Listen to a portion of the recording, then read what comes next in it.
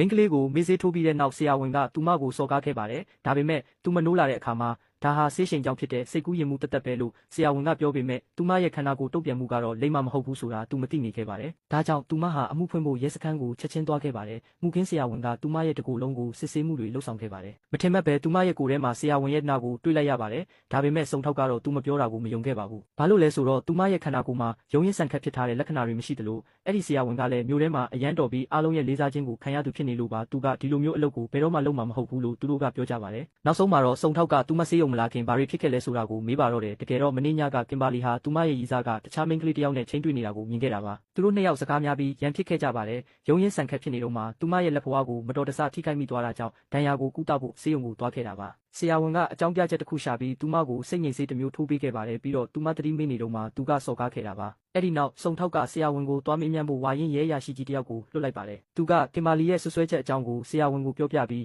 လက်စစ်ဆေးဖို့အတွက်သူ့ရဲ့သွေးကိုယူဖို့လိုအပ်တယ်လို့ပြောလိုက်ပါတယ်။ဒါပေမဲ့ဆရာဝန်ကတော့လောလောဆယ်လူနာတွေနဲ့အလုပ်ရှုပ်နေတယ်လို့အကြောင်းပြခဲ့ပါတယ်။သူ့ရဲ့သွေးကိုနောက်မှလာယူလို့ရတယ်လို့သူကပြောပါတယ်။တိတ်မကြခင်မှာပဲဆရာဝန်ဟာသူကြိုတင်ပြင်ဆင်ထားတဲ့သွေးနမူနာကိုပေးလိုက်ပါတော့တယ်။လုံထုံးလုံနည်းရသွေးယူတဲ့အချိန်မှာရဲရရှိတယောက်ရှိနေရမှာဖြစ်ပေမဲ့အဲ့ဒီရဲရရှိကြီးကဆရာဝန်ရဲ့တငယ်ချင်းဖြစ်နေပါတယ်။ဒါကြောင့်ဆရာဝန်ကသူ့ကိုအလွယ်တကူပဲလိမ်ညာနိုင်ခဲ့ပါတယ်။တခြားရဲရရှိတွေကလည်းမအံ့ဩကြပါဘူး။ဘာလို့လဲဆိုတော့သဘောကောင်းပြီးလေးစားခံရတဲ့ဆရာဝန်တယောက်ကဒီလိုဆိုးဝါးတဲ့အမှုကိုကျူးလွန်လိမ့်မယ်လို့ဘယ်သူမှမယုံကြည်ကြလို့ပါ။အဖြေထွက်လာတဲ့အခါမှာတော့အဲ့ဒီရဲရရှိကြီးဟာကင်ဘာလီရဲ့သမီးနဲ့ဆရာမရှိမှတင်သူမစီကိုတန်တန်မတ်မတ်လာခဲ့ပါတယ်။သူကစစ်ဆေးချက်အဖြေကိုအတန်ကြဲကြဲနဲ့ကြီးညာလိုက်ပါတယ်။ဆရာဝန်ကသူမကိုဘယ်တော့မှမစော်ကားခဲ့ဘူးလို့သူကပြောပါတယ်။ကင်ဘာလီရဲ့ဂုဏ်သိက္ခာဟာအကြီးအကျယ်ပျက်စီးသွားတာကြောင့်သူမဟာရှင်းပြချက်တောင်းဖို့ရဲစခန်းကိုအပြေးလွှားသွားခဲ့ပါတယ်။သူမကရဲရရှိချုပ်ကိုမေးခွန်းထုတ်ပါတော့တယ်။ဆရာဝန်ကသွေးနမူနာပေးတာကိုသူကိုယ်တိုင်ကြည့်ခဲ့သလားလို့မေးပါတယ်။အရာရှိချုပ်ကဒေါသတကြီးနဲ့အဲ့ဒီရဲရရှိကြီးကိုခေါ်လိုက်ပါတယ်။အဲ့ဒီအချိန်မှာပဲသူ့ရဲ့လက်အောက်ငယ်သားကလှုပ်ထုံးလုံနည်းအတိုင်းမလုပ်ခဲ့ဘူးဆိုတာကိုသူသိသွားပါတယ်။အကယ်လို့သွေးနမူနာနောက်တစ်ကြိမ်ထပ်မယူဘူးဆိုရင်ရှင်တို့ဌာနအကြောင်းကို